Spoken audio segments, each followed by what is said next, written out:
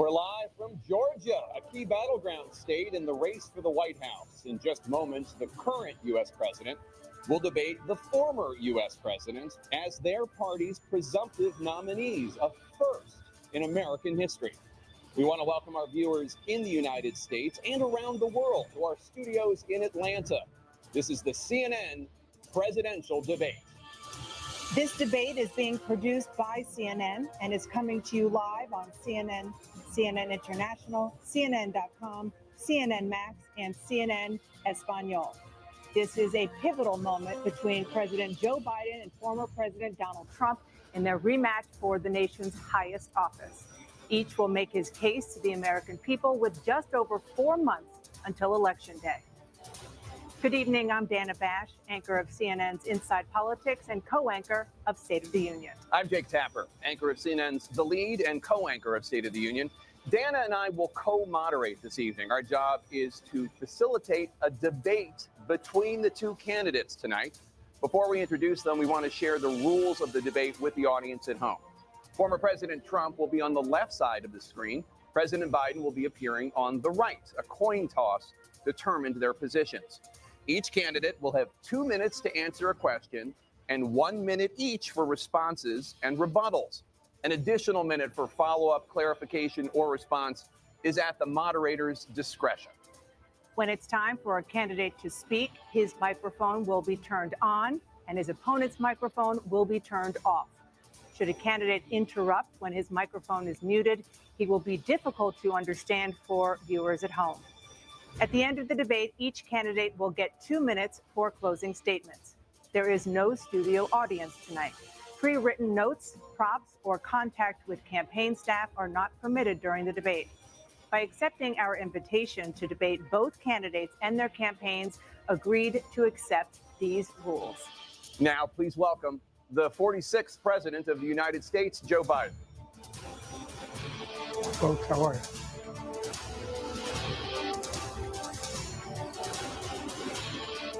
Great to be here. Thank you. And please welcome the 45th President of the United States, Donald Trump.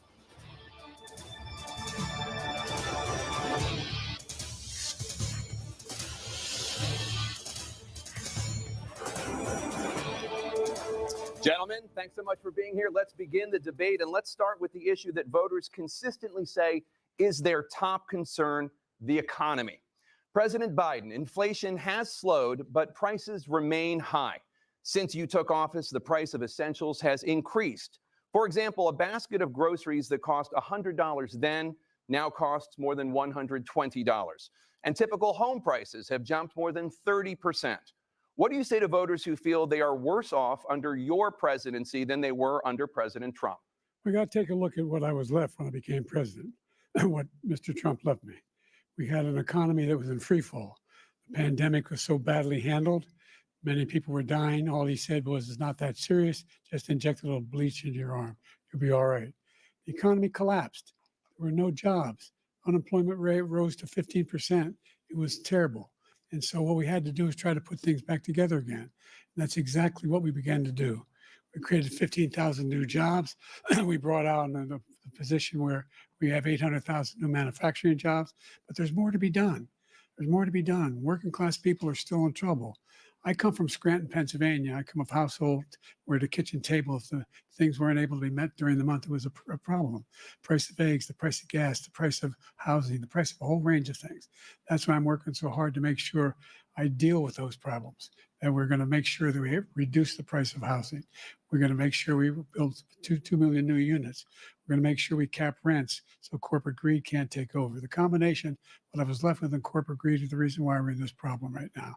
In addition to that, we're in a situation where if you take a look at all that was done in his administration, he didn't do much at all. By the time he left, things were in chaos, literally chaos. And so we put things back together. We created, I said, those jobs. We make sure we had a situation where we brought down the price of prescription drugs, which is a major issue for many people, to $15 for a insulin shot as opposed to $400. No senior has to pay more than $200 for any drug, all the drugs they can include beginning next year. in a situation is and we're going to make that available to everybody, to all Americans. So we're working to bring down the price of around the kitchen table, and that's what we're going to get done. Thank you, President Trump. We have the greatest economy in the history of our country. We have never done so well. Everybody was amazed by it. Other countries were copying us. We got hit with COVID. And when we did, we spent the money necessary so we wouldn't end up in a Great Depression, the likes of which we had in 1929. By the time we finished, so we did a great job. We got a lot of credit for the economy, a lot of credit for the military, and no wars and so many other things. Everything was rocking good. But the thing we never got the credit for, and we should have, is getting us out of that COVID mess. He created mandates that was a disaster for our country. But other than that, we had given them back a country where the stock market actually was higher than pre-COVID, and nobody thought that was even possible. The only jobs he created are for illegal immigrants and bounce back jobs, a bounce back from the COVID. He has not done a good job. He's done a poor job, and inflation's killing our country. It is absolutely killing us. Thank you, President Biden. Well, look, the greatest economy in the world. He's the only one who thinks that, I think. I don't know anybody else who thinks he had the greatest economy in the world. And, the fact of the matter is that we find ourselves in a situation where his economy, he rewarded the wealthy. He had the largest tax cut in American history, $2 trillion. He raised a deficit larger than any president has in any one term. He's the only president other than Herbert Hoover who's lost more jobs than he had when he began, since Herbert Hoover. The idea that he did something that was significant. And the military, when he was president, they were still killing people in Afghanistan. He didn't do anything about that. When he was president, we were still finding ourselves in a position where you had a notion that we were this safe country. The truth is, I'm the only president this century that doesn't have this decade, that doesn't have any troops dying anywhere in the world like he did. President Trump, I want to follow up if I can. Am I allowed to respond to him? Well, I'm going to ask you a follow-up. You can do whatever you want with the minute that we give you. I want to follow up. You want to impose a 10% tariff on all goods coming into the U.S. How will you ensure that that doesn't drive prices even higher? It's not going to drive them higher. It's just going to cost countries that have been ripping us off for years, like China and many others, in all fairness to China. It's going to just force them to pay us a lot of money, reduce our deficit tremendously, and give us a lot of power for other things. But he made a statement. The only thing he was right about is I gave you the largest tax cut in history. I also gave you the largest regulation cut in history. That's why we had all the jobs. And the jobs went down and then they bounced back. And he's taking credit for bounce back jobs. You can't do that. He also said he inherited 9% inflation. No, he inherited almost no inflation, and it stayed that way for 14 months. And then it blew up under his leadership because they spent money like a bunch of people that didn't know what they were doing. And they don't know what they were doing. It was probably the worst administration in history. There's never been. And as far as Afghanistan is concerned, I was getting out of Afghanistan, but we were getting out with dignity, with strength, with power. He got out. It was the most embarrassing day in the history of our country's life. President Trump, over the last 8 years, under both of your administrations, the national debt soared to record highs. And according to a new nonpartisan analysis, President Trump, your administration approved $8.4 trillion in new debt. Well, so far, President Biden, you've approved $4.3 trillion in new debt. So, former President Trump, many of the tax cuts that you signed into law are set to expire next year. You want to extend them and go even further, you say. With the U.S. facing trillion-dollar deficits and record debt, why should top earners and corporations pay even less in taxes than they do now? Because the tax cuts spurred the greatest economy that we've ever seen just prior to COVID. And even after COVID, it was so strong that we were able to get through COVID much better than just about any other country. But that tax spurred. Now, when we cut the taxes, as an example, the corporate tax was cut down to 21% from 39%, plus beyond that. We took in more revenue with much less tax, and companies were bringing back trillions of dollars back into our country. The country was going like never before, and we were ready to start paying down debt. We were ready to start using the liquid gold right under our feet, the oil and gas right under our feet. We were going to have something that nobody else has had. We got hit with COVID. We did a lot to fix it. I gave him an unbelievable situation with all of the therapeutics and all of the things that we came up with. We gave him something great. Remember, more people died under his administration, even though we had largely fixed it. More people died under his administration than our administration, and we were right in the middle of it, something which a lot of people don't like to talk about. But he had far more people dying in his administration. He did the mandate, which is a disaster, mandating it.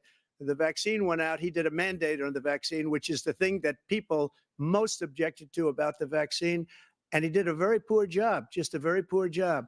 And I will tell you, not only poor there, but throughout the entire world, we're no longer respected as a country. They don't respect our leadership. They don't respect the United States anymore. We're like a third world nation between weaponization of his election, trying to go after his political opponent, all of the things he's done. We've become like a third world nation, and it's a shame. The damage he's done to our country.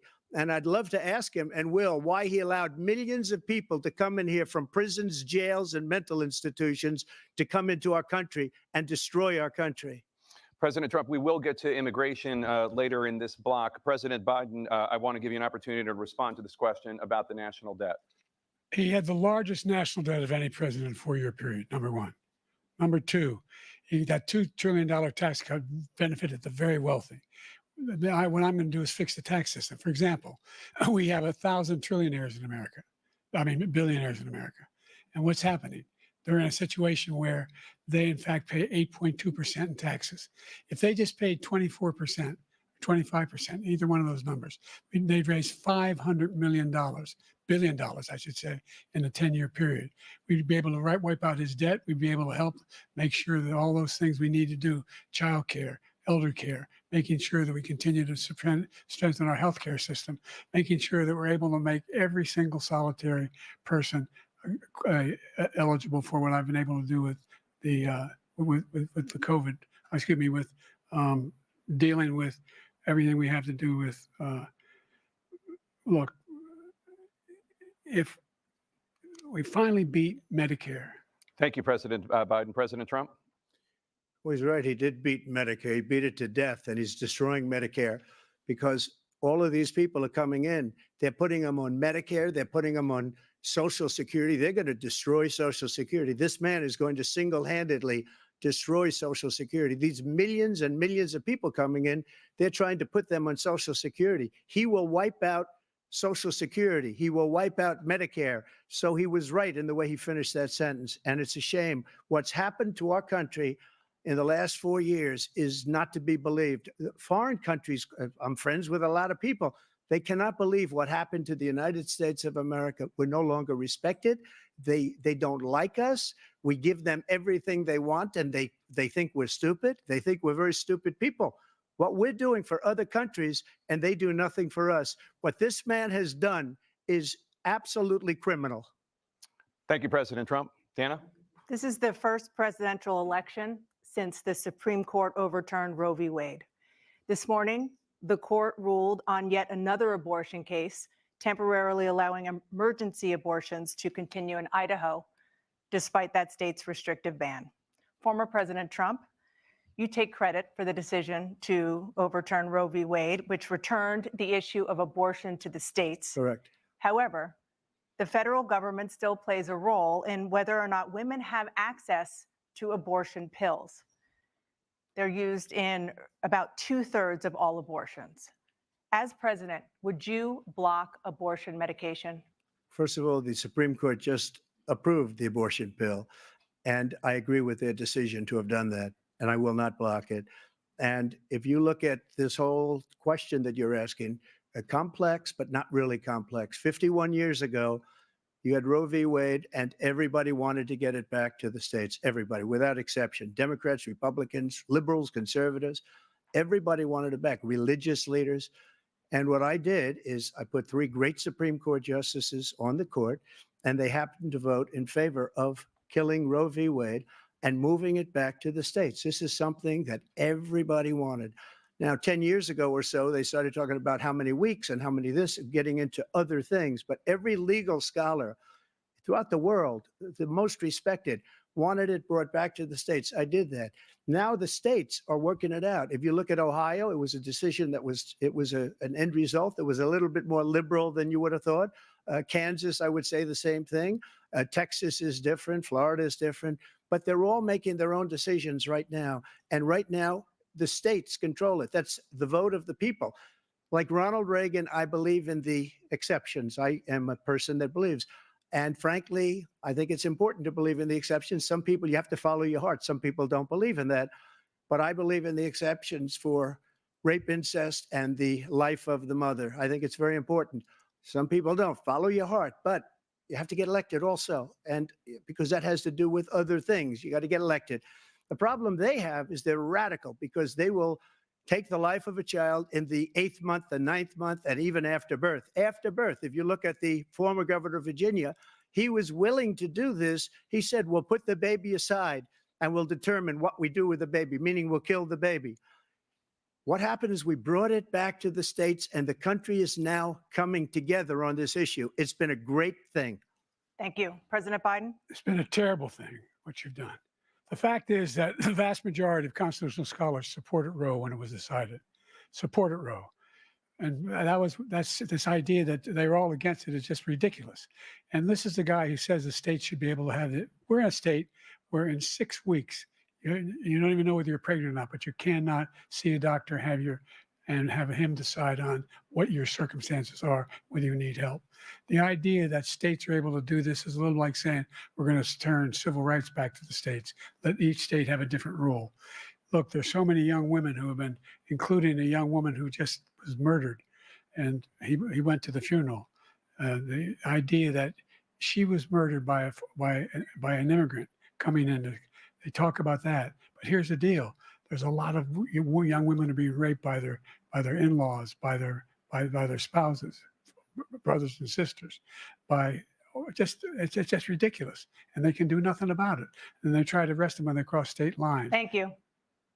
There have been many young women murdered by the same people he allows to come across our border. We have a border that's the most dangerous place anywhere in the world, considered the most dangerous place anywhere in the world. And he opened it up, and these killers are coming into our country, and they are raping and killing women. And it's a terrible thing. As far as the abortion is concerned, it is now back with the states. The states are voting. In many cases, it's frankly a very liberal decision. In many cases, it's the opposite. But they're voting, and it's bringing it back to the vote of the people, which is what everybody wanted, including the founders, if they knew about this issue, which frankly they didn't. But they would have, everybody wanted brought back. Ronald Reagan wanted it brought back. He wasn't able to get it. Everybody wanted it brought back. And many presidents had tried to get it back. I was the one to do it. And again, this gives it the vote of the people. And that's where they wanted it. Every legal scholar wanted it that way. Staying on the topic of abortion, President Biden, 7 states, I'll let you do that. This is the same topic. 7 states have no legal restrictions on how far into a pregnancy a woman can obtain an abortion. Do you support any legal limits on how late a woman should be able to terminate a pregnancy? I supported Roe v. Wade, which had 3 trimesters. First time is between the woman and the doctor. Second time is between the doctor and an extreme situation. The third time is between the doctor, between the woman and the state. The idea that the politicians, that the founders wanted the politicians to be the ones making decisions about women's health is ridiculous. That's the last. No politician should be making that decision. A doctor should be making those decisions. That's how it should be run. That's what you're going to do. And if I'm elected, I'm going to restore Roe v. Wade. So that means he can take the life of the baby in the 9th month and even after birth, because some states, Democrat run, take it after birth. Again, the former governor of Virginia, put the baby down, then we decide what to do with it. So he's willing to, as we say, rip the baby out of the womb in the 9th month and kill the baby. Nobody wants that to happen, Democrat or Republican. Nobody wants it to happen. That is simply not true. The Roe v. Wade does not provide for that. That's not the circumstance. Only if a woman's life is in danger, she's going to die. That's the only circumstance in which that can happen.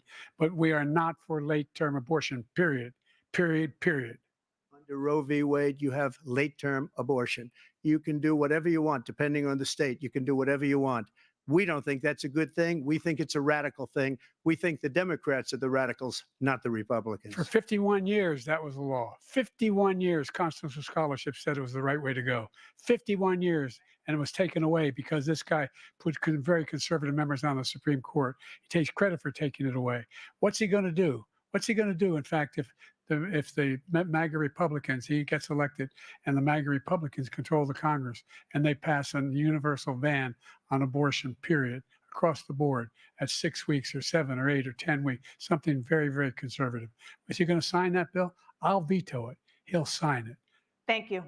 Let's turn now to the issue of immigration and border security. President Biden, a record number of migrants have illegally crossed the southern border on your watch. Overwhelming border states and overburdening cities such as New York and Chicago, and in some cases causing real safety and security concerns. Given that, why should voters trust you to solve this crisis? Because we worked very hard to get a bipartisan agreement that not only changed all of that, it made sure that we are in a situation where you had no circumstance where they could come across the border with the number of border police there are now. We significantly increased the number of asylum officers. Significantly, by the way, the Border Patrol endorsed my position. In addition to that, we find ourselves in a situation where when he was president, he was separating babies from their mothers, putting them in cages, making sure the families were separated. That's not the right way to go. What I've done since I've changed the law, what's happened? I've changed it in a way that now you're in a situation where there are 40% fewer people coming across the border illegally. That's better than when he left office. And I'm going to continue to move until we get the total ban on the total initiative relative to what we're going to do with more Border Patrol and more asylum officers. President Trump? I really don't know what he said at the end of that sentence. I don't think he knows what he said either. Look, we had the safest border in the history of our country. The border, all he had to do was leave it. All he had to do was leave it. He decided to open up our border, open up our country to people that are from prisons, people that are from mental institutions, insane asylum, terrorists. We have the largest number of terrorists coming into our country right now, all terrorists, all over the world, not just in South America, all over the world. They come from the Middle East, everywhere, all over the world, they're pouring in. And this guy just left it open. And he didn't need legislation because I didn't have legislation. I said, close the border. We had the safest border in history. In that final couple of months of my presidency, we had, according to Border Patrol, who is great, and by the way, who endorsed me for president, but I won't say that, but they endorsed me for president. Brandon, just speak to him. But look, we had the safest border in history. Now we have the worst border in history. There's never been anything like it. And people are dying all over the place, including the people that are coming up in Thank you, caravans. President Trump. President Biden? The only terrorist who's done anything crossing the border is one who came along and killed three, under his administration, killed an Al-Qaeda person come in his administration, kill 3 American soldiers, That's the only terrorist that's there. I'm not saying that no terrorist ever got through, but the idea they're emptying their prisons, we're welcoming these people, that's simply not true. There's no data to support what he said. Once again, he's exaggerating, he's lying. President Trump, staying on the topic of immigration, you've said that you're going to carry out, quote, the largest domestic deportation operation in American history, unquote. Does that mean that you will deport every undocumented immigrant in America, including those who have jobs, including those whose spouses are citizens, and including those who have lived here for decades? And if so, how will you do it? Just 1 second. He said we killed 3 people. The people we killed are al-Baghdadi and Soleimani, the 2 greatest terrorists, biggest terrorists anywhere in the world. And it had a huge impact on everything, not just border, on everything. He's the one that killed people with the bad water, including hundreds of thousands of people dying and also killing our citizens when they come in. We are living right now in a rat's nest. They're killing our people in New York, in California, in every state in the union, because we don't have borders anymore. Every state is now a border. And because of his ridiculous, insane, and very stupid policies, people are coming in and they're killing our citizens at a level that we've never seen. We call it migrant crime. I call it Biden migrant crime. They're killing our citizens at a level that we've never seen before. And you're reading it like these 3 incredible young girls over the last few days. One of them, I just spoke to the mother, and they just had the funeral for this girl, 12 years old. This is horrible what's taken place. What's taken place in our country, we're literally an uncivilized country now. He doesn't want it to be. He just doesn't know. He opened the borders. Nobody's ever seen anything like. And we have to get a lot of these people out, and we have to get them out fast because they're going to destroy our country. Just take a look at where they're living. They're living in luxury hotels in New York City and other places. Our veterans are on the street. They're dying because he doesn't care about our veterans. He doesn't care. He doesn't like the military at all. And he doesn't care about our veterans. Nobody been worse. I had the highest approval rating for veterans taking care of the VA. He has the worst. He's gotten rid of all the things that I approved. Choice that I got through Congress, all of the different things I approved, they abandoned. We had by far the highest, and now it's down in less than half because he's done all these great things that we did. And I think he did it just because I approved it, which is crazy. But he has killed so many people at our border by Thank you, allowing President Trump. all of these people to come in. And President it's Biden, a very sad day in America. President Biden, you have the mic. Every single thing he said is a lie. Every single one. For example, veterans are a hell of a lot better off since I passed the PACT Act. 1 million of them now have insurance and their families have it. Their families have it because what happened, whether it was Agent Orange or burn pits, they're all being covered now. And his group opposed that. We're also in a situation where we have great respect for veterans. My son spent a year in Iraq, living next to one of those burn pits, came back with stage 4 glioblastoma. I was recently in France for D-Day, and I spoke all about those heroes that died. I went to the World War I cemetery he refused to go to. He was standing with his 4-star general, and he told me, he said, I don't want to go in there because they're a bunch of losers and suckers. My son was not a loser, was not a sucker. You're the sucker. You're the loser. President Trump? First of all, that was a made-up quote, suckers and losers. They made it up. It was in a third-rate magazine that's failing, like many of these magazines. He made that up. He put it in commercials. We've notified him. We had 19 people that said I didn't say it. And think of this. Who would say I'm at a cemetery or I'm talking about our veterans? Because nobody's taken better care. I'm so glad this came up and he brought it up. There's nobody that's taken better care of our soldiers than I have. To think that I would, in front of generals and others, say suckers and losers. We have 19 people that said it was never said by me. It was made up by him, just like Russia was made up, just like the 51 intelligence agents are made up, just like the new thing with the 16 economists are talking. It's the same thing. 51 intelligence agents said that the laptop was Russia disinformation. It wasn't. That came from his son, Hunter. It wasn't Russia disinformation. He made up the suckers and losers, so he should apologize to me right now. 4-star general standing to your side who was on your staff who said you said it, period. That's number one. And number two, the idea that I have to apologize to you for anything along the lines. We've done more for veterans than any president has in American history.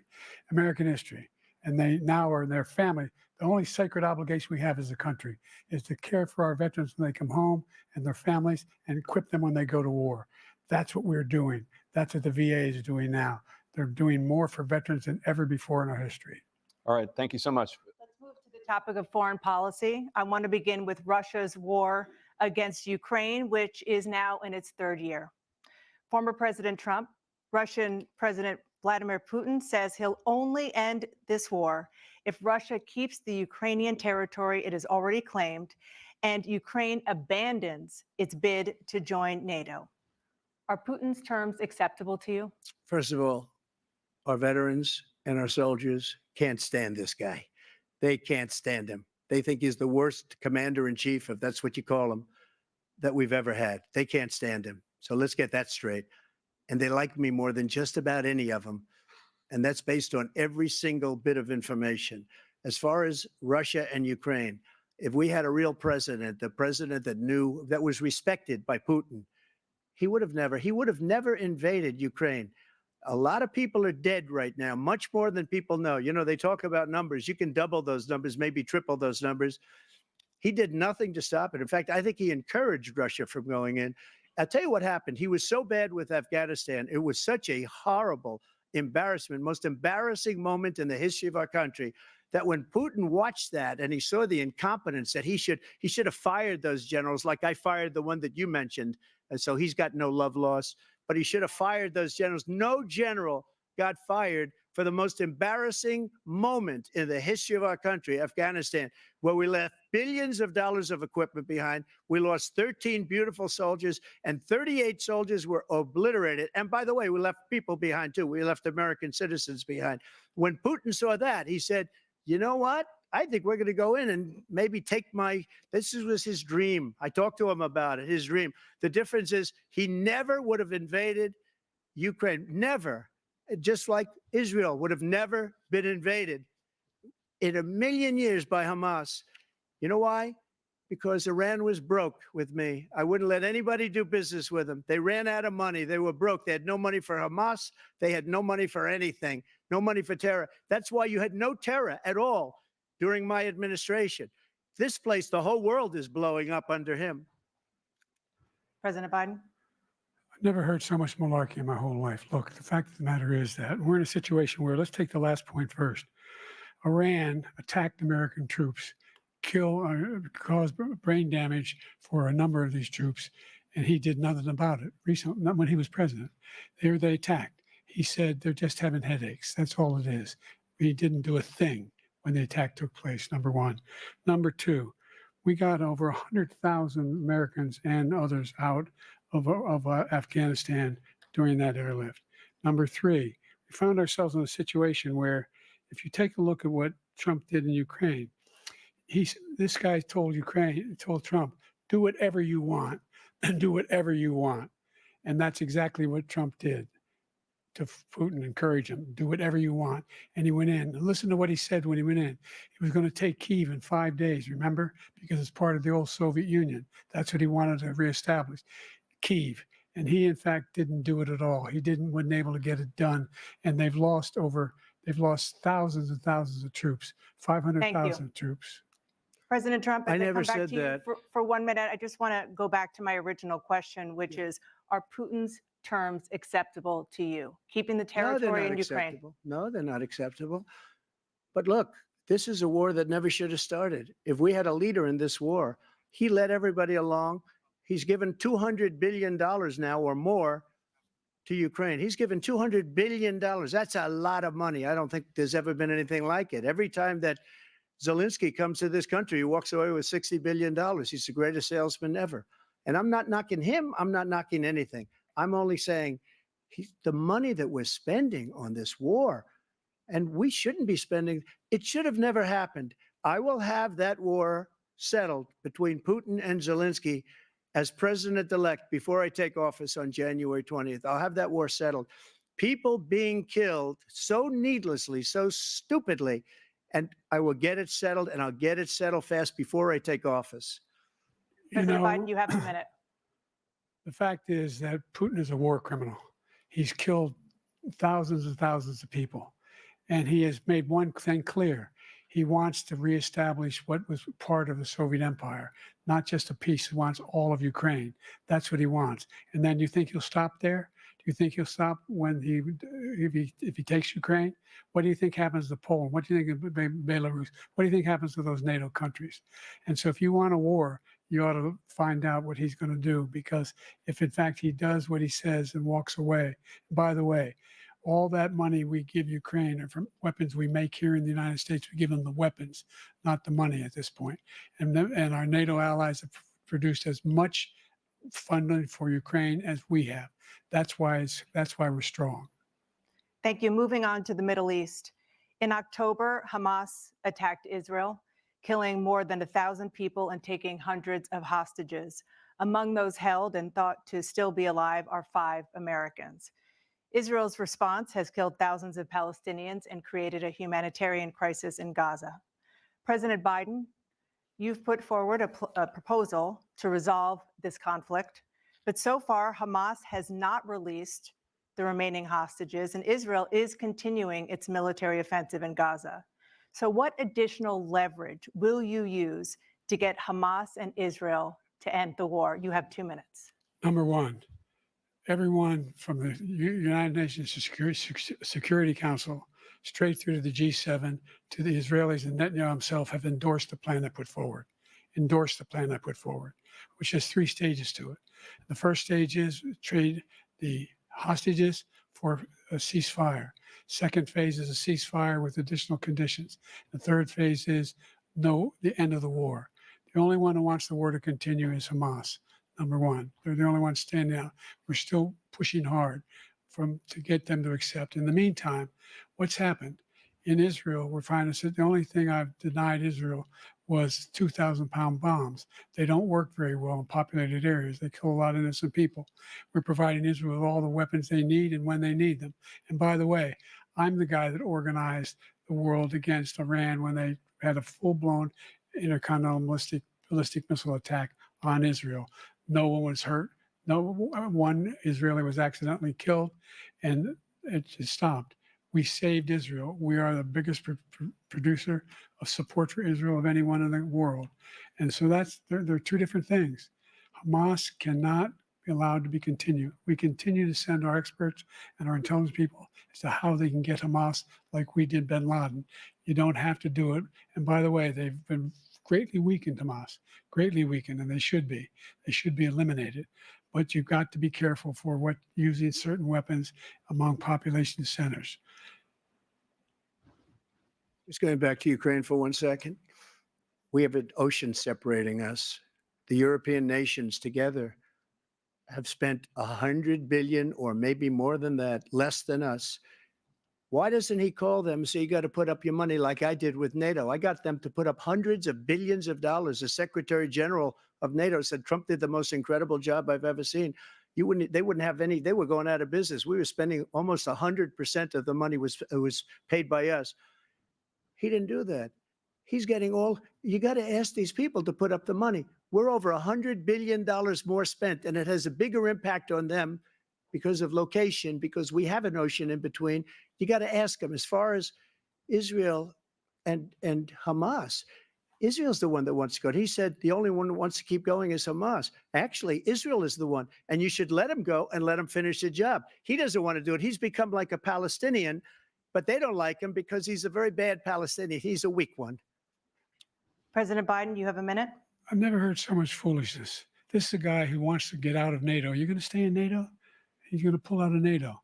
The idea that our strength lies in our alliances as well. It may be a big ocean, but we're ever able to avoid a war in Europe, a major war in Europe? What happens if, in fact, you have Putin continue to go into NATO? We have an Article 5 agreement. Attack on one is attack on all. You want to start the nuclear war he keeps talking about, go ahead. Let Putin go in and control Ukraine and then move on to Poland and other places. See what happens then. He has no idea what the hell he's talking about. And by the way, I got 50 other nations around the world to support Ukraine, including Japan and South Korea, because they understand that this kind of dislocation has a serious threat to the whole world peace. No major war in Europe has ever been able to be contained just to Europe. President Trump, just to follow up, would you support the creation of an independent Palestinian state in order to achieve peace in the region? I'd have to see. But before we do that, the problem we have is that we spend all the money. So they kill us on trade. I made great trade deals with the European nations because if you add them up, they're about the same size economically. Their economy is about the same size as the United States. And they were no cars, they don't want anything that we have, but we're supposed to take their cars, their food, their everything, their agriculture. I changed that. But the big thing I changed is they don't want to pay. And the only reason that he can play games with NATO is because I got them to put up hundreds of billions of dollars. I said, and he's right about this, I said, no, I'm not going to support NATO if you don't pay. They asked me that question. Would you guard us against Russia at a very secret meeting of the 28 states at that time, nations at that time? And they said, no, if you don't pay, I won't do that. And you know what happened? Billions and billions of dollars came flowing in the next day and the next months. But now we're in the same position. We're paying everybody's bills. Let's turn to the issue of democracy. Former President Trump, I want to ask you about January 6, 2021. After you rallied your supporters that day, some of them stormed the Capitol to stop the constitutionally mandated counting of electoral votes. As president, you swore an oath to, quote, preserve, protect, and defend, unquote, the Constitution. What do you say to voters who believe that you violated that oath through your actions and inaction on January 6th and worry that you'll do it again? Well, I don't think too many believe that. And let me tell you about January 6th. On January 6th, We had a great border. Nobody coming through, very few. On January 6th, we were energy independent. On January 6th, we had the lowest taxes ever. We had the lowest regulations ever. On January 6th, we were respected all over the world. All over the world, we were respected. And then he comes in, and we're now laughed at. We're like a bunch of stupid people. That what happened to the United States' reputation under this man's leadership is horrible, including weaponization, which I'm sure at some point you'll be talking about, where he goes after his political opponent because he can't beat him fair and square. You have 80 seconds left. My question was, what do you say to those voters who believe that you violated your constitutional oath through your actions and inaction on January 6, 2021, and worry that you'll do it again? Well, I didn't say that to anybody. I said peacefully and patriotically. And Nancy Pelosi, if you just watched the news from 2 days ago, on tape to her daughter, who's a documentary filmmaker, they say, but she's saying, oh, no, it's my responsibility. I was responsible for this because I offered her 10,000 soldiers or National Guard, and she turned them down. And the mayor of, in writing, by the way, the mayor in writing turned it down, the mayor of D.C. They turned it down. I offered 10,000 because I could see, I had virtually nothing to do. They asked me to go make a speech. I could see what was happening. Everybody was saying they're going to be there on January 6th. They're going to be there. And I said, you know what? There's a lot of people coming. You could feel it. You could feel it too, and you could feel it. And I said, they ought to have some National Guard or whatever. And I offered it to her. And she now admits that she turned it down. And it was the same day she was, I don't know, she can't be very happy with her daughter because it made her into a liar. She said, I take full responsibility for January 6th. President Biden? Look, he encouraged those folks to go up on Capitol Hill, number one. I sat in the dining room off the Oval Office. He sat there for 3 hours watching, begging, being begged by his vice president and a number of his colleagues on the Republican side as well to do something, to call for a stop, to end it. Instead, they talked about these people being patriots and great patrons of America. In fact, he says he'll now forgive them for what they've done. They've been convicted. He says he wants to commute their sentences and say that no. But he went to every single court in the nation. I don't know how many cases, scores of cases, including the Supreme Court. And they said, no, this guy is responsible for doing what was done. He did do a damn thing. And these people should be in jail. And they should be the ones who are being held accountable. And he wants to let them all out. And now he says if he loses again, such a whiner that he is, that it could be a bloodbath. Thank you, President Biden. President Trump? What they've done to some people that are so innocent, you ought to be ashamed of yourself. What you have done, how you've destroyed the lives of so many people. When they ripped down Portland, when they ripped down many other cities, you go to Minnesota, Minneapolis, what they've done there with the fires all over the city. If I didn't bring in the National Guard, that city would have been destroyed. When you look at all of they took over big chunks of Seattle. I was all set to bring in the National Guard. They heard that, they saw them coming, and they left immediately. What he said about this whole subject is so off. Peacefully patriotic. One other thing, the Unselect Committee, which is basically two horrible Republicans that are all gone now out of office, and Democrats, all Democrats, they destroyed and deleted all of the information they found because they found out we were right. We were right. And they deleted and destroyed all of the information. They should go to jail for that. If a Republican did that, they'd go to jail. Thank you, President Trump. President Biden, I want to give you a minute. The only person on this stage is a convicted felon is the man I'm looking at right now. And the fact of the matter is, what he's telling you is simply not true. The fact is that there was no effort on his part to stop what was going on up in Capitol Hill. And all those people, every one of those who were convicted, deserves to be convicted. The idea that they didn't kill somebody, just went in and broke down doors, broke the windows, occupied offices, turned over desks, turned them over statues. The idea that those people are patriots, come on. When I asked him the first two debates we had, the debates we had first time around, I said, will you denounce the Proud Boys? He said, no, I'll tell them to stand by. The idea he's refusing, will you denounce these guys? Will you denounce the people we're talking about now? Will you denounce the people who attacked that Capitol? What are you going to do? I'm going to give you a minute, President Trump, for a follow-up question I have. After a jury convicted you of 34 felonies last month, you said if reelected, you would, quote, have every right to go after, unquote, your political opponents. You just talked about members of the Select Committee on January 6th going to jail. Your main political opponent is standing on stage with you tonight. Can you clarify exactly what it means about you feeling you have every right to go after your political opponents? Well, I said my retribution is going to be success. We're going to make this country successful again, because right now it's a failing nation. My retribution is going to be success. But when he talks about a convicted felon, his son is a convicted felon at a very high level. His son is convicted, going to be convicted probably numerous other times. Should have been convicted before, but his Justice Department let the statute of limitations lapse on the most important things.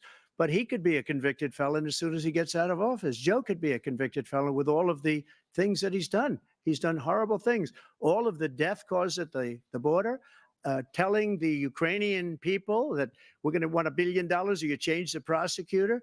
Otherwise, you're not getting $1 billion. If I ever said that, that's quid pro quo. That we're not going to do anything. We're not going to give you $1 billion unless you change your prosecutor, having to do with the son. This man is a criminal. This man, you're lucky. You're lucky. I did nothing wrong. We'd have a system that was rigged and disgusting. I did nothing wrong. Thank you, President Trump. President Biden, you have said, I'm coming right to you, sir. You want to respond? Go ahead. I'll give you a minute to respond. The idea that I did anything wrong relative to what you're talking about is outrageous. It's simply a lie, number one. Number two, the idea that you have a right to seek retribution against any American just because you're president is wrong. It's simply wrong. No president's ever spoken like that before. No president in our history has spoken like that before. Number three, the crimes that you are still charged with, and think of all the civil penalties you have. How many billions of dollars do you owe in civil penalties for molesting a woman in public, for doing a whole range of things, of having sex with a porn star on the night while your wife was pregnant? I mean, what are you talking about? You have the morals of an alley cat. Give you a minute, sir. I didn't have sex with a porn star, number one. Number two, that was a case that was started and moved. They moved a high-ranking official, a DOJ, into the Manhattan DA's office to start that case. That case is going to be appealed and won. We had a very terrible judge, a horrible judge, Democrat. The prosecutor were all high-ranking Democrats, appointed people, and both the civil and the criminal. He basically went after his political opponent because he thought it was going to damage me. But when the public found out about these cases, because they understand it better than he does, he has no idea what these cases are. But when they found out about these cases, you know what they did? My poll numbers went up, way up. You know that because you're reporting it. And we took in more money in the last 2 weeks than we've ever taken in the history of any campaign. I don't think any campaign has ever taken. Hundreds of millions of dollars came pouring in because the public knows it's a scam and it's a guy that's after his political opponent because he can't win fair and square. Thank you, President Trump. President Biden, you have said, quote, Donald Trump and his MAGA Republicans are determined to destroy American democracy. Do you believe that the tens of millions of Americans who are likely to vote for President Trump will be voting against American democracy? The more they know about what he's done, yes. The more they know about what he's done. And there's a lot more coming. He's got a lot of cases down the road coming around. He's got a whole range of issues he has to face. I don't know what the juries will do, but I do know he has a real problem. And so the fact that, could you ever think you heard any president say that I'm going to seek retribution? Do you ever hear any presidents say that I thought Hitler had some good ideas? What got me involved to run in the first place after my son had died, I decided in Iraq, because of Iraq, I said I wasn't going to run again until I saw what happened in Charlottesville, Virginia. People coming out of the woods carrying swastikas on torches, and singing the same anti-Semitic bile they sang when back in Germany. And the young woman got killed. I spoke to the mother, and they asked him, they said, what do you think of those people? The ones who got killed, the one who tried to stop it, and the ones he said, I think they're fine people on both sides. What American president would ever say, Nazis coming out of fields, carrying torches, singing the same anti-Semitic bile, carrying swastikas, were fine people? This is a guy who says Hitler's done some good things. I'd like to know what they are. The good things Hitler's done, that's what he said. This guy has no sense of American democracy. President Trump. Jake, both of you know that story has been totally wiped out because when you see the sentence, it said 100% exoneration on this. So he just keeps it going. He says he ran because of Charlottesville. He didn't run because of Charlottesville. He ran because it was his last chance. He's not equipped to be president. You know it, and I know it. It's ridiculous. We have a debate. We're trying to justify his presidency. His presidency, he's without question the worst president, the worst presidency in the history of our country. We shouldn't be having a debate about it. There's nothing to debate. He made up the Charlottesville story, and you'll see it's debunked all over the place. Every reasonable anchor has debunked it. And just the other day, it came out where it was fully debunked. It's a nonsense story. He knows that, and he didn't run because of Charlottesville. He used that as an excuse to run. President Biden. And debunked. It happened. All you have to do is listen to what was said at the time. And the idea that somehow that's the only reason I ran because I was worried a guy like this guy could get elected. If he thought they were good people coming out of that forest, carrying those woods, carrying those torches, then he didn't deserve to be president. Didn't deserve to be president at all.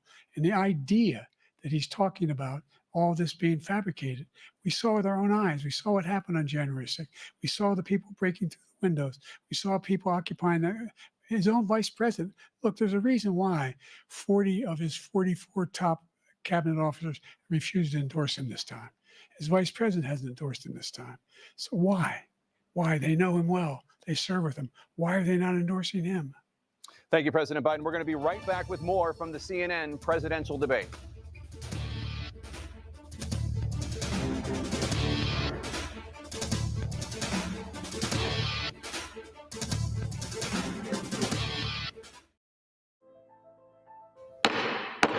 The House will be in order. This year, C-SPAN celebrates 45 years of covering Congress like no other. Since 1979, we've been your primary source for Capitol Hill, providing balanced, unfiltered coverage of government, taking you to where the policies debated and decided, all with the support of America's cable companies. C-SPAN, 45 years and counting, powered by cable. We'll welcome them into a great national crusade to make America great again. Is that our dream has been earned for progress and for peace. Taxes will go up. And anyone who says they won't is not telling the truth. With our beloved nation at peace, we're in the midst of a springtime of hope for America. Because we are the party that believes in the American dream. Read my lips. No new taxes. I still believe in a place called hope. But here's the question for the American people. Who do you trust in this election? The real choice is whether we will build a bridge to the future or a bridge to the past. I have unlimited confidence in the wisdom of our people and the future of our country. I stand here tonight as my own man, and I want you to know me for who I truly am. They had their chance. They have not led. We will.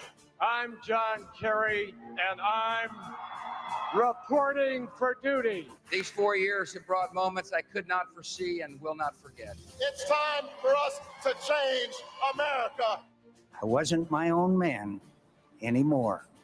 I was my country's. I don't believe that rolling back regulations on Wall Street will help the small businesswoman expand or the laid off construction worker keep his home. We have been there. We've tried that, and we're not going back. We are moving forward, America. Under my administration, our friends will see more loyalty, and Mr. Putin will see a little less flexibility and more backbone. He wants to make America great again. Well, he could start by actually making things in America again. We will make America safe again. And we will make America great again. Here and now, I give you my word. If you entrust me with the presidency, I will draw on the best of us, not the worst. This towering American spirit has prevailed over every challenge and lifted us to the summit of human endeavor. Watch C-SPAN's Campaign 2024 live coverage of the Republican National Convention starting July 15th and the Democratic National Convention beginning August 19th. C-SPAN, your unfiltered view of the conventions, powered by cable.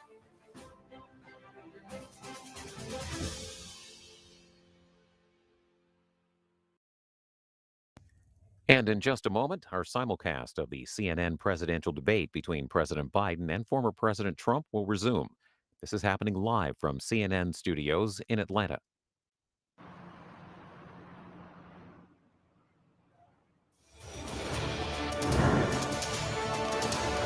Welcome back to the CNN presidential debate live from Georgia.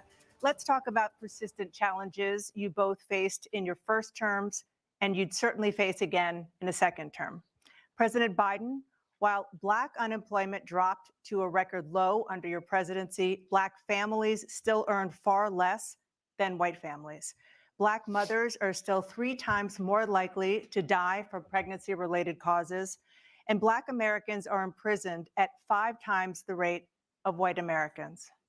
What do you say to Black voters who are disappointed that you haven't made more progress? They acknowledge they made a lot of progress, number one. The fact of the matter is there's more small Black businesses that have been started than any time in history. Number two, the wages of Black unemployment is the lowest level it's been in a long, long time. Number three, we're providing housing for Black Americans and dealing with the segregation that exists among these corporations that collude to keep people out of their houses. And in addition to that, we find that the impact on the choice that Black families have to make relative to childcare is incredibly difficult. When we did the first major piece of legislation in the past, I was able to reduce Black childcare costs. I cut them in half. We got to make sure we provide for childcare costs. We got to make sure because when you provide those childcare protections, you increase economic growth because more people can be in the job market. So there's more to be done, considerably more to be done. But we've done a great deal so far, and I'm not letting up, and they know it. You have 49 seconds left. What do you say to Black voters who are disappointed with the progress so far? I say I don't blame them for being disappointed. Inflation is still hurting them badly. For example, I provided for the idea that any Black family, first-time home buyer should get a $10,000 tax credit to be able to buy their first home so they can get started. I made sure that we're in a situation where all those Black families and those Black individuals who had to take out student loans that were ballooning, that if they were engaged in nursing, doctor, and anything having to do with volunteerism, if they paid their bills for 10 years on their student debt, all the rest was forgiven after 10 years. Millions have benefited from that. And we're going to do a whole lot more for Black families. Thank you, President Trump. And he caused the inflation. He's blaming inflation, and he's right. It's been very bad. He caused the inflation, and it's killing Black families and Hispanic families and just about everybody. It's killing people. They can't buy groceries anymore. They can't.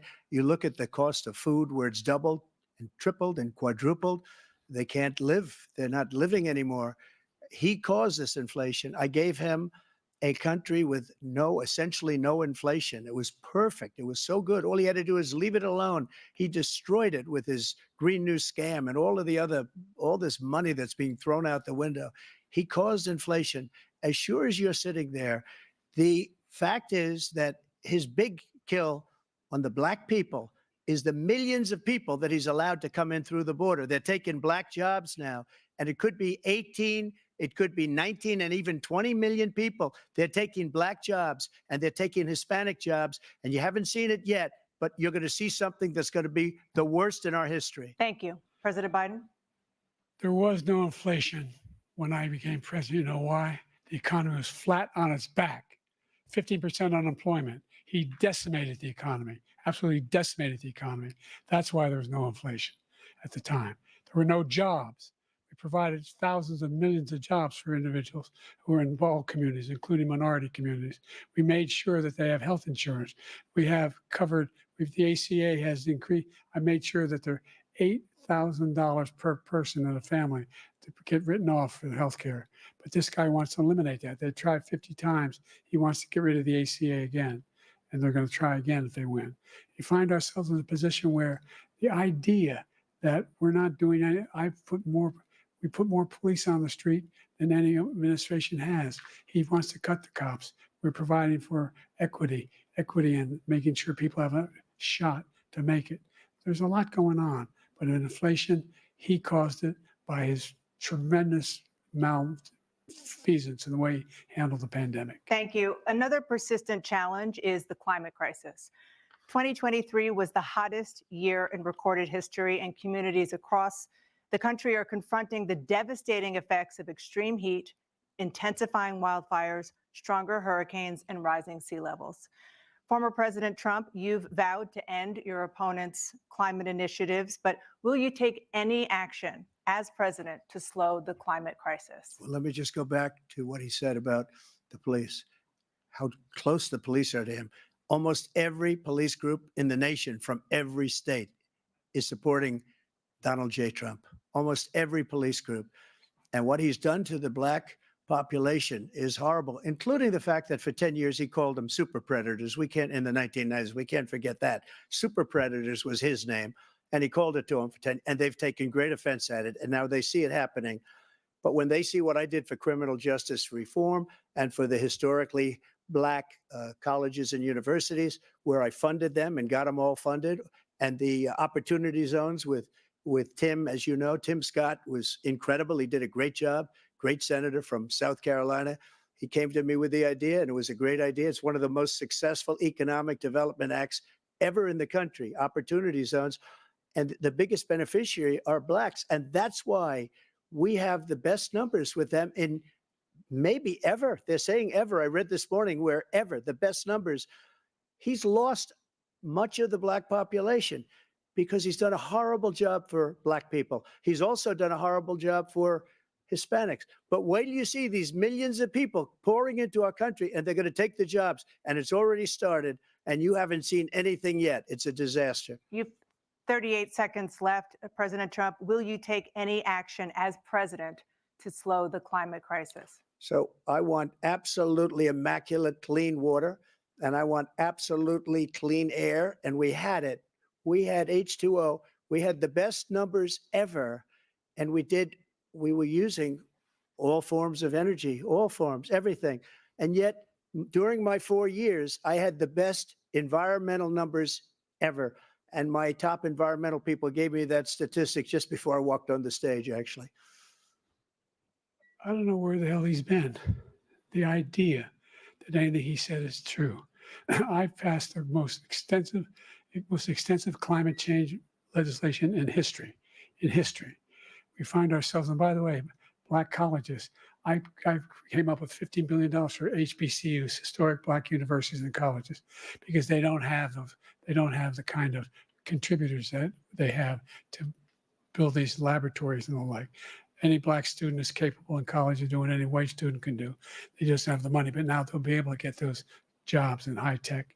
We're in a situation where the idea that he is claiming to have done something that had the cleanest water, he hadn't done a damn thing for the environment. He pulled out of the Paris Peace Accord, Climate Accord.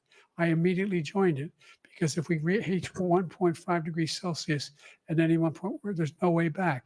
The only existential threat to humanity is climate change. And he didn't do a damn thing about it. He wants to undo all that I've done. The Paris Accord was going to cost us $1 trillion, and China nothing, and Russia nothing, and India nothing. It was a ripoff of the United States.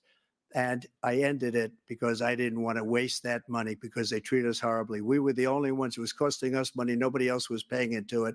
And it was a disaster. But everything that he said just now, I'll give you an example. I heard him say before insulin. I'm the one that got the insulin down for the seniors. I took care of the seniors. What he's doing is destroying all of our medical programs because the migrants coming in, they want everybody. And look, I have the biggest heart on the stage. I guarantee you that. And I want to take care of people, but we're destroying our country. They're taking over our schools, our hospitals, and they're going to be taking over Social Security. He is destroying Social Security, Medicare, and Medicaid. The idea is that we, in fact, we were the only ones of consequence who were not members of the Paris Accord. How can we do anything? We've not able to, the United States can't get its pollution under control. One of the largest polluters in the world, number one. We're making significant progress. By 2035, we will have cut pollution in half. We have made significant progress, and we're continuing to make progress. We set up a climate corps for thousands of young people will learn how to deal with climate, just like the Peace Corps. And we're moving in directions that are going to significantly change the elements of cause of pollution. But the idea that he claims that he has the biggest heart up here and he's really concerned about pollution and about climate, I've not seen any indication of that. And by the way, with regard to prescription drugs, one company agreed that they would reduce the price to $35, which I was calling for, one, voluntarily. I made sure every company in the world, every pharmaceutical company cannot have to pay. Thank you. And by the way, so every day, millions of Americans struggle just to make ends meet. For many older Americans, Social Security provides a critical lifeline. President Biden, if nothing is done to Social Security, seniors will see their benefits cut in just over 10 years. Will you name tonight one specific step that you're willing to take to keep Social Security solvent? yes, make the very wealthy begin to pay their fair share. Right now, everybody making under $170,000 pays 6% of their income, of their paycheck, every single time they get a paycheck from the time of the first one they get when they're 18 years old. The idea that they're going to, I'm proposing that everybody, the millionaires pay 1%. 1%. So no one I would not raise the cost of Social Security for anybody under $400,000. After that, I began to make the wealthy begin to pay their fair share by increasing from 1% beyond to be able to guarantee the program for life. So you still have 82 seconds left. Are there any other measures that you think that would be able to help keep Social Security solvent, or is that one enough? Well, no, that one enough will keep it solvent. But the biggest thing I'll do if we defeat this man, because he wants to get rid of Social Security. He thinks there's plenty to cut in Social Security. He's wanting to cut Social Security and Medicare both times. And and if you look at the program put forward by the House Republican caucus that I believe supports, is in fact want to cut it as well. The idea that we don't need to protect our seniors is ridiculous. And by the way, the American public has greater health care coverage today than ever before.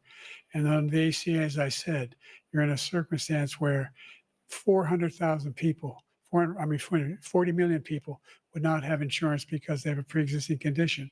Only thing that allows them to have that insurance is the fact that they, in fact, are part of the ACA. And by the way, the other thing is we're in a situation where I talk about education for Black communities. I've raised the amount of money for Pell Grants by another $8,000. So anybody making under $70,000 a year is going to be able to get $15,000 towards their tuition. He just doesn't know what he's talking about. Thank you, President Biden. President Trump. So I've dealt with politicians all my life. I've been on this side of the equation for the last 8 years. I've never seen anybody lie like this guy. He lies. I've never seen it. He could look you in the face. About so many other things too.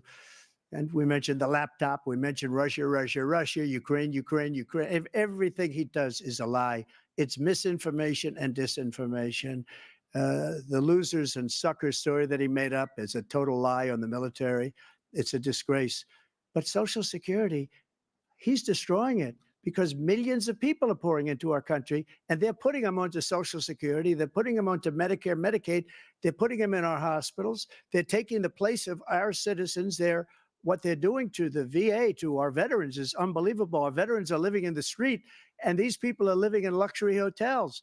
He doesn't know what he's doing. And it's really coming back. I've never seen such anger in our country before. President Biden? The idea that veterans are not being taken care of, I told you before. And by the way, when I said suckers and losers, he acknowledged after that he fired that general. That general got fired because he's the one that acknowledged that that's what he said. He was the one standing with Trump when he said it, number one. Number two, the idea that we're going to be in a situation where all these millions and millions, the way he talks about it, illegal aliens are coming into the country and taking away our jobs. There's a reason why we have the fastest growing economy in the world, the reason why we have the most successful economy in the world. we're doing better than any other nation in the world. And by the way, those 15 Nobel laureates he talked about being phony, those 15 Nobel laureates, economists, they all said that if Trump is reelected, we're likely to have a recession and inflation is going to increasingly go up. And by the way, worst president in history, 159 presidential scholars voted him the worst president in the history of the United States of America. President Biden, thank you so much. Let's turn to the cost of child care, which many American families struggle to afford. President Trump, both you and President Biden have tried to address this issue, but the average cost of child care in this country has risen to more than $11,000 a year per child. For many families, the cost of child care for 2 children is more than their rent. In your second term, what would you do to make child care more affordable? Just to go back, the general got fired because he was no good. And if he said that, that's why he made it up. But we have 19 people that said I didn't say it, and they're very highly respected, much more so than him. The other thing is, he doesn't fire people. He never fired people. I've never seen him fire anybody. I did fire a lot. I fired Comey because he was no good. I fired a lot of the top people at the FBI, drained the swamp. They were no good. Not easy to fire people. You'd pay a price for it, but they were no good. I inherited these people. I didn't put them there. I didn't put Comey there. He was no good. I fired him. This guy hasn't fired anybody. He never fires. He should have fired every military man that was involved with that the Afghanistan horror show, the most embarrassing moment in the history of our country. He didn't fire. Did you fire anybody? Did you fire anybody that's on the border that's allowed us to have the worst border in the history of the world? Did anybody get fired for allowing 18 million people, many from prisons, many from mental institutions? Did you fire anybody that allowed our country to be destroyed? Joe, our country is being destroyed as you and I sit up here and waste a lot of time on this debate. This shouldn't be a debate. He is the worst president. He just said about me because I said it. But look, he's the worst president in the history of our country. He's destroyed our country. Now, all of a sudden, he's trying to get a little tough on the border. He came out with a nothing deal, and it reduced it a little bit, like this much. It's insignificant. He wants open borders. He wants our country to either be destroyed or he wants to pick up those people as voters. And I don't think we just can't let it happen. If he wins this election, our country doesn't have a chance, not even a chance, of coming out of this rut. We probably won't have a country left anymore. That's how bad it is. He is the worst in history by far. Thank you, President Trump. President Biden? We're the most admired country in the world. We're the United States of America. There's nothing beyond our capacity. We have the finest military in the history of the world, the finest in the history of the world. No one thinks we're weak. No one wants to screw around with us. Nobody, number one. Number two, the idea that we're talking about worst presidents. I wasn't joking. Look it up. Go online. 159 or 58, don't hold me the exact number, presidential historians, they've had meetings and they voted who's the worst president in American history. One through best to worst. They said he was the worst in all of American history. That's a fact. That's not conjecture. He can argue they're wrong, but that's what they voted. The idea that he is doing anything to deal with child care, he did virtually nothing to child care. We should significantly increase the child care tax credit. We should significantly increase the availability of women and men or single parents to be able to go back to work. And we should encourage businesses to have. Thank you, President Biden. President Trump, the question was about what would you do to make child care more affordable, if you want to take your minute. Just so you understand, we have polling, we have other things that they rate him the worst because what he's done is so bad. And they rate me, I'll show you, I will show you. And they rate me one of the best, okay? And if I'm given another 4 years, I will be the best. I think I'll be the best. Nobody's ever created an economy like us. Nobody ever cut taxes like us. He's the only one I know. He wants to raise your taxes by 4 times. He wants to raise everybody's taxes by 4 times. He wants the Trump tax cuts to expire. So everybody, including the 2 of you, are going to pay 4 to 5 times. Nobody ever heard of this before. All my life, I'd grow up and I'd see politicians talking about cutting taxes. When we cut taxes, as I said, we did more business. Apple and all these companies, they were bringing money back into our country. The worst president in history by far, and everybody knows it. President Biden? Look, the fact of the matter is that he's dead wrong about, he's increased the tariff, he will increase the taxes on middle class people. I said I'd never raise a tax on anybody making less than $400,000. I didn't. But this tariff is 10% tariffs. Everything coming into the country, you know what the economists say? That's going to cost the average American $2,500 a year more because they're going to have to pay the difference in food and all the things that were imported. Number two, he's in a situation where he talks about how he has not raised, he's somehow helped the middle class. Middle class have been devastated by you. Now you want a new tax cut of $5 trillion over the next 10 years, which is going to fundamentally bankrupt the country. You had the largest deficit of any president in American history, number one. Number two, you have not, in fact, made any contact, any progress with China.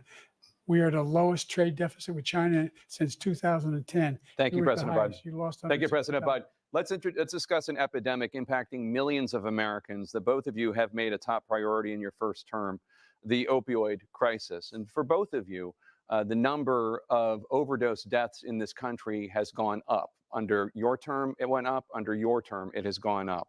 Former President Trump, despite the efforts that both of you have made, more than 100,000 Americans are dying from overdoses every year, primarily from fentanyl and other opioids. What will you do to help Americans right now in the throes of addiction who are struggling to get the treatment they need?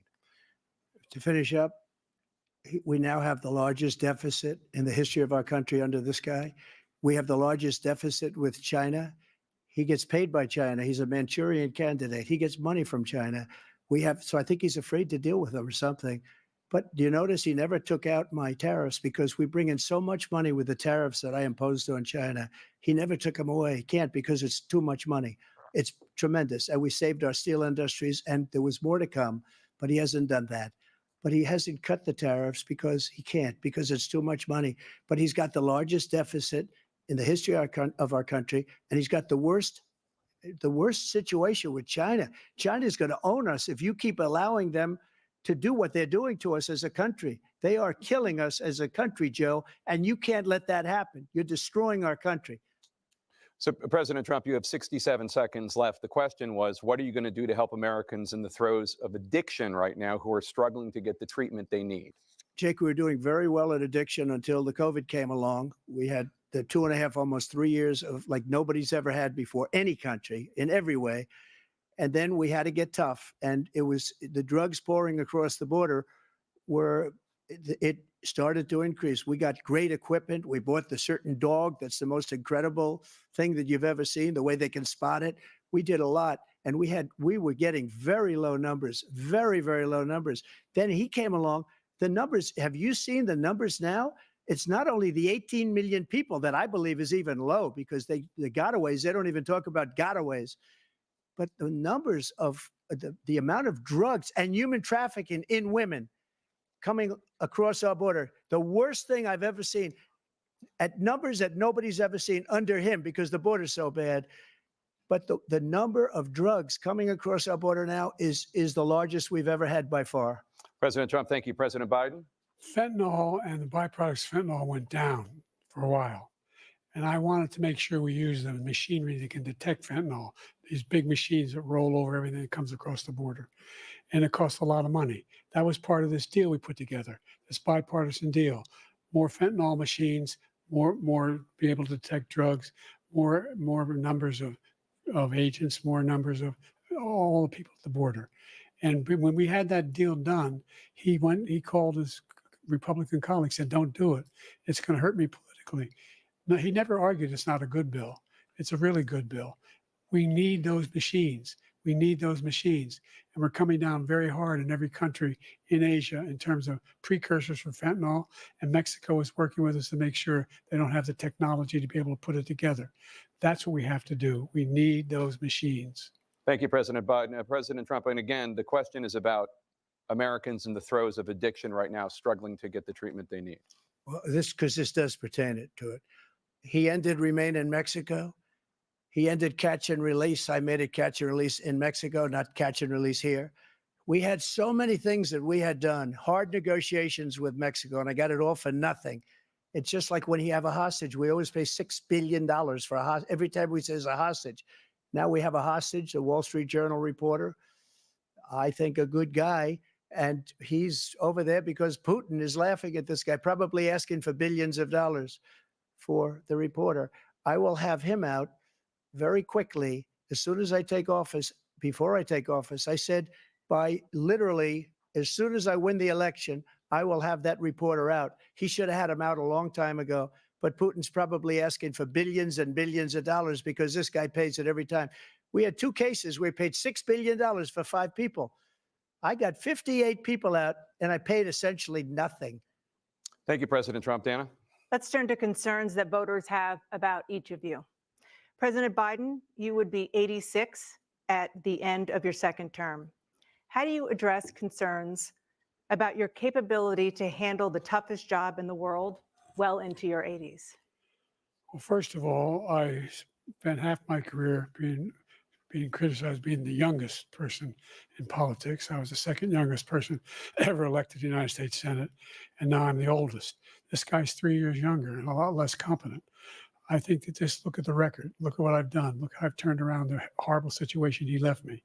As I said, 15 million new jobs, 800,000 manufacturing jobs, more investment in America, over billions of dollars in private investment in enterprises that we are growing. By the way, we brought an awful lot of people. Well, the whole idea of computer chips, we used to have 40% of the market. We invented those chips, and we lost it because he was sending people to find the cheapest jobs overseas and to bring home a product. So I went to South Korea. I convinced Samsung to invest billions of dollars here in the United States, and guess what? Those fabs they call that to build these chips, those fabs pay over $100,000. You don't need a college degree for them, and there's billions. About $40 billion already being invested and being built right now in the United States, creating significant jobs for Americans from all over the world. President Biden, you have 40 seconds left. Would you like to add anything? Yeah, I would. The idea that somehow we are this failing country. I never heard a president talk like this before. We're the envy of the world. Name me a single major country president who wouldn't trade places with the United States of America for all our problems and all our opportunities. We're the most progressive country in the world in getting things done. We're the strongest country in the world. We're a country in the world who keeps our word, and everybody trusts us. All of our allies and those who he cuddles up to, from Kim Jong-un, who he sends love letters to, and Putin, et cetera. They don't want to screw around with us. Thank you. Former President Trump, to follow up, you would be 82 at the end of your second term.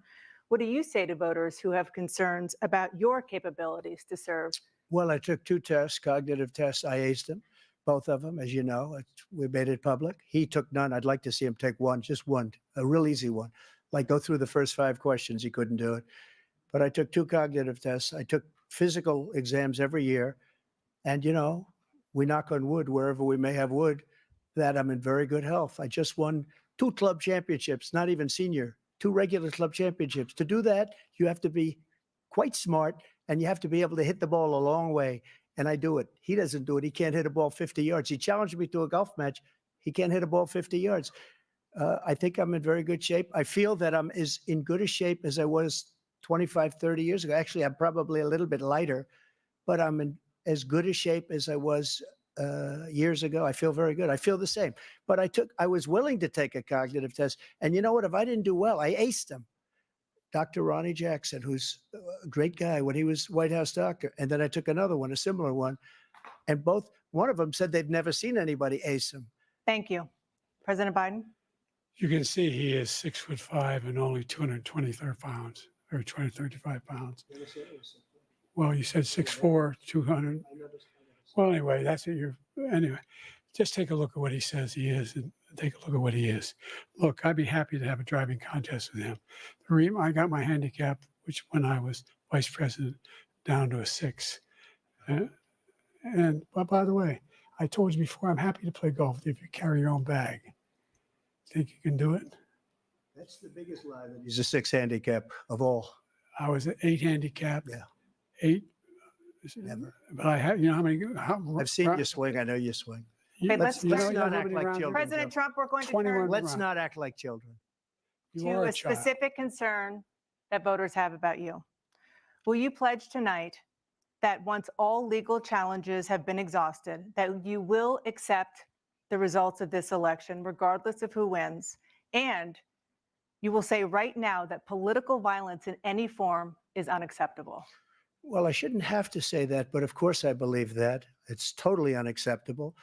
And if you would see my statements that I made on Twitter at the time, and also my statement that I made in the Rose Garden, you would say it's one of the strongest statements you've ever seen. In addition to the speech I made in front of, I believe, the largest crowd I've ever spoken to. And I will tell you, nobody ever talks about that. They talk about a relatively small number of people that went to the Capitol, and in many cases were ushered in by the police. And as Nancy Pelosi said, it was her responsibility, not mine. She said that loud and clear. But the answer is, if the election is fair, free, and I want that more than anybody. And I'll tell you something. I wish he was a great president, because I wouldn't be here right now. I'd be at one of my many places enjoying myself. I wouldn't be under indictment because I wouldn't have been his political opponent, because he indicted me because I was his opponent. I wish he was a great president. I would rather have that. I wouldn't be here. I don't mind being here. But the only reason I'm here is he's so bad as a president that I'm going to make America great again. We're going to make America great again. We're a failing nation right now. We're a seriously failing nation. And we're a failing nation because of him. His policies are so bad.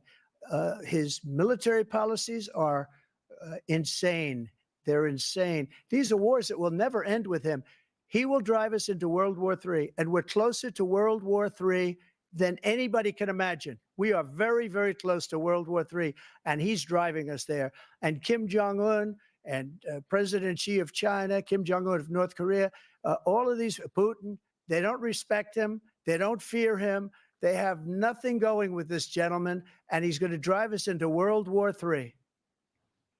You want a World War III, let him follow and win, and let Putin say, do what you want, NATO. Just do what you want. There's a thing called Article 5. An attack on one is attack on all, and required response. The idea, I can't think of a single major leader in the world who wouldn't trade places with the job I've done and what they've done. Because we are a powerful nation. We have wonderful people. It's because of the people, not me. It's because of the American people. They're capable of anything, and they step up when they're needed.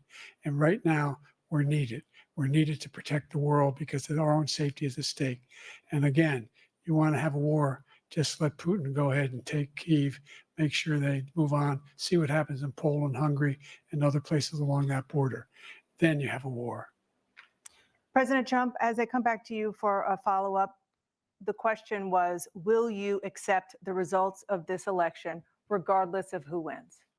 Just to finish what he said, if I might, Russia, they took a lot of land from Bush.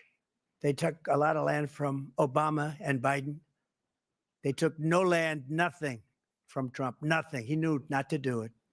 He's not going to play games with me. He knew that. I got along with him very well, but he knew not to play games. He took nothing from me. But now he's going to take the whole thing from this man right here. That's a war that should have never started. It would have never started ever with me. And he's going to take Ukraine. And, you know, you asked me a question before, would you do this?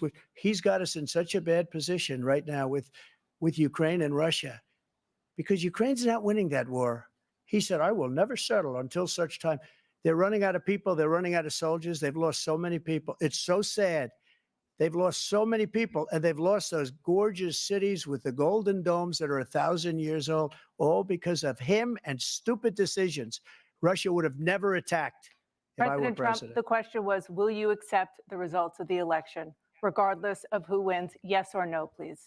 If it's a fair and legal and good election, absolutely. I would have much rather accepted these, but the fraud and everything else was ridiculous. And if you want, we'll have a news conference on it in a week, or we'll have another one of these in a week.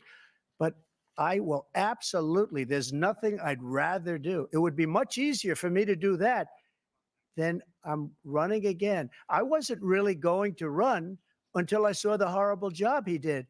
He's destroying our country. I would be very happy to be someplace else, in a nice location someplace. And again, no indictments, No political opponent stuff, because it's the only way he thinks he can win. But unfortunately, it's driven up my numbers and driven them up to a very high level because the people understand it. Let's see what your numbers are when this election is over. Let's see. You're a whiner. When you lost the first time, you continued, you appealed and appealed to courts all across the country. Not one single court in America said any of your claims had any merit, state or local, none. But you continue to provoke this lie about somehow there's all this misrepresentation, all this stealing. There is no evidence of that at all. And I tell you what, I doubt whether you'll accept it because you're such a whiner. The idea, if you lose again, you accepting anything, you can't stand the loss. Something snapped in you when you lost the last time. We'll be right back with more from the CNN presidential debate, live from Georgia.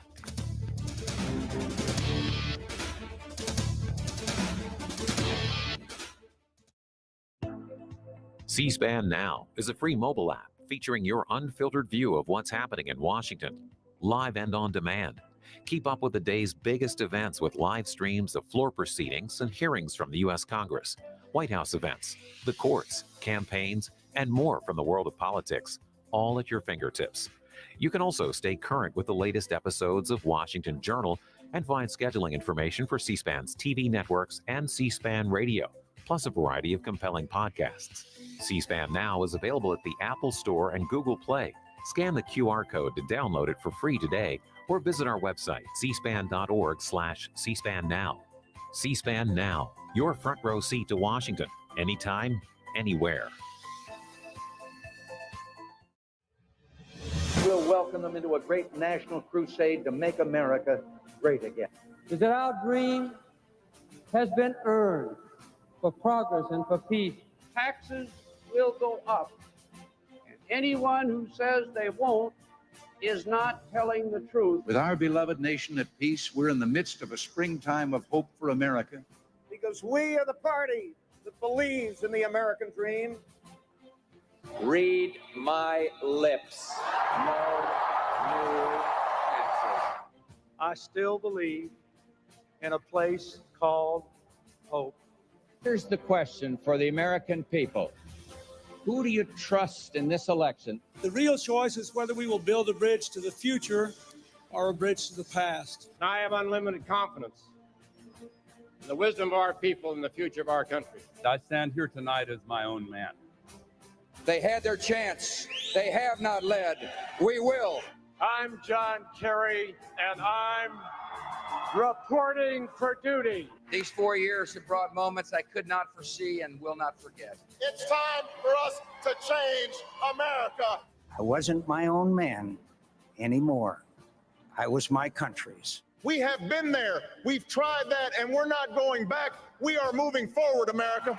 Under my administration, our friends will see more loyalty, and Mr. Putin will see a little less flexibility and more backbone. He wants to make America great again. Well, he could start by actually making things in America again. We will make America safe again. And we will make America great again. If you entrust me with the presidency, I will draw on the best of us, not the worst. This towering American spirit has prevailed over every challenge.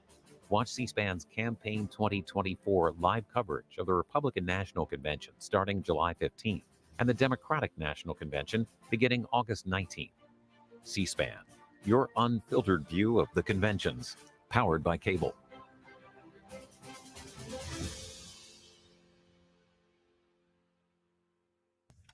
Once again, waiting for the CNN presidential debate between President Biden and former President Trump to resume. A reminder that we will get your reaction to what you've seen and heard tonight as soon as the debate is over. Our live simulcast continues from Atlanta in just a moment.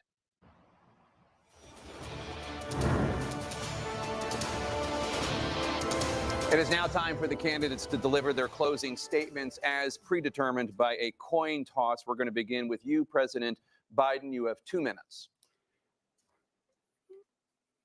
We've made significant progress from the debacle that was left by President Trump in his last term. We find ourselves in a situation where, number one, we have to make sure that we have a fair tax system. I ask anyone out there in the audience or anyone out watching this debate, do you think the tax system is fair? The fact is that I said nobody even making under $400,000 had a single penny increase in their taxes and will not. And if I'm reelected, that'll be the case again. But this guy has increased your taxes because of the deficit.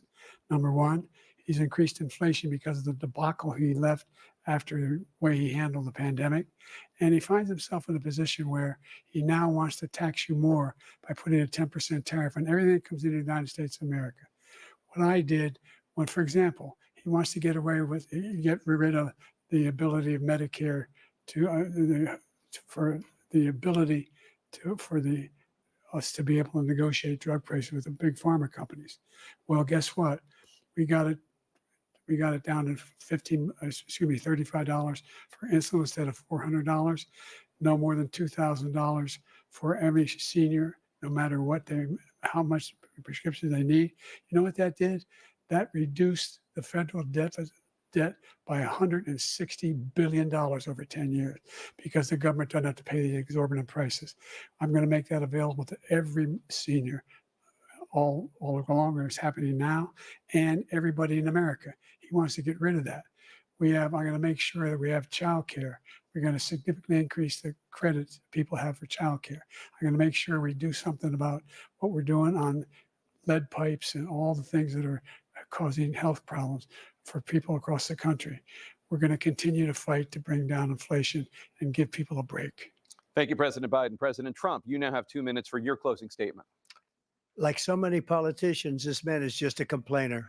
He said, we want to do this, we want to do that, we want to get rid of this tax, that tax. But he doesn't do anything. All he does is make our country unsafe by allowing millions and millions of people to pour in. Our military doesn't respect him. We look like fools in Afghanistan. We didn't stop Israel. It was such a horrible thing that would have never happened. It should have never happened. Iran was broke. Anybody that did business with Iran, including China, they couldn't do business with the United States. They all passed. Iran was broke. They had no money for Hamas or Hezbollah, for terror, no money whatsoever. Again, Ukraine should have never happened. He talks about all this stuff, but he didn't do it. For 3.5 years, we're living in hell. We have the Palestinians and we have everybody else rioting all over the place. You talk about Charlottesville. This is 100 times Charlottesville, 1,000 times. The whole country is exploding because of you, because they don't respect you, and they have to respect their president, and they don't respect you throughout the world. What we did was incredible. We rebuilt the military. We got the largest tax cut in history, the largest regulation cut in history. The reason he's got jobs is because I cut the regulations that gave jobs, but he's putting a lot of those regulations back on.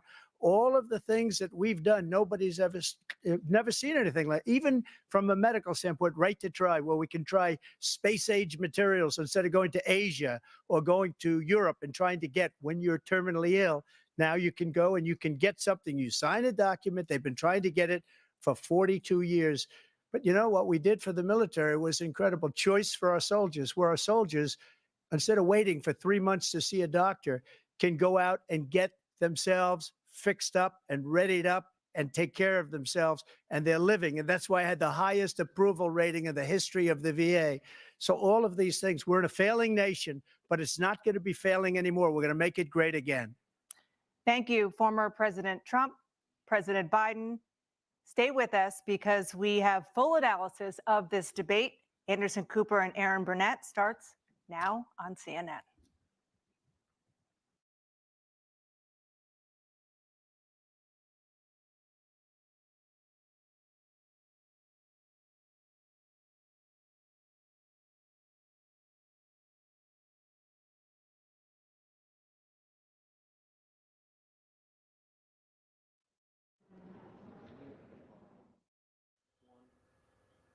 And that's a wrap. The first presidential debate of the 2024 election cycle is in the books. President Biden and former President Trump addressing several issues tonight with moderators Jake Tapper and Dana Bash: the economy, immigration, foreign policy, and abortion, among others. C-SPAN's coverage continues tonight of the first presidential debate.